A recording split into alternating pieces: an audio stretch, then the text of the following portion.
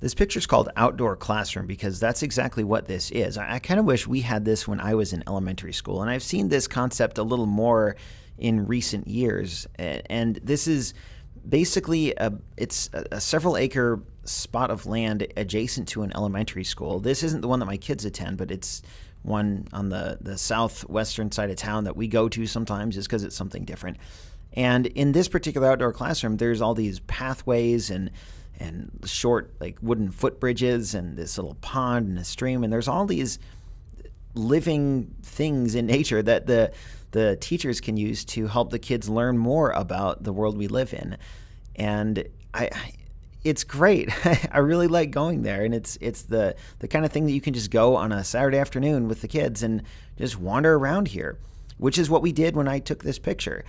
Right behind me is the school, and it's not like immediately behind me, but it's, I don't know, maybe a couple hundred yards behind me. And then on the horizon is the it's the middle school.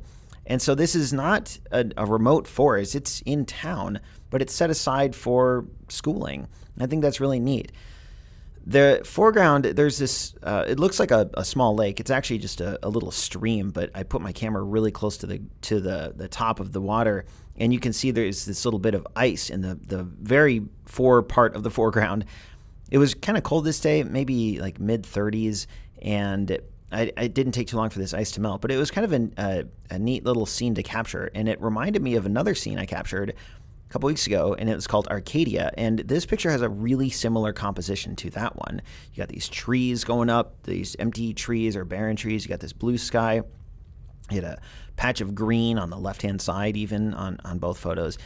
And in a lot of ways, that original photo informed my approach to this photo. So just in the space of 30 seconds while I took this one, I was thinking about that original one and what I did to get that one, and that helped me take this photo. And I don't think it's a good idea necessarily to just copy the same photo over and over. I think it's good to have a particular style, and certainly there's photographers who they know what types of photos they like, and they refine that particular one over time by repeating it over and over. But I don't think it's a good idea to just not do anything creative. So there's like this middle balance, or this middle ground where it's like a balance of both. And that's kind of what I try to do here. I try to use the original to inform my approach to this one. Shot this with my Fuji because that thing's awesome, and it's great to carry around when you're out looking around in nature with kids because you don't have this big giant camera clunking around. I don't remember what exposure settings I used, but I did focus in the background, so you can see the foreground is just a little blurry, and it worked out really well.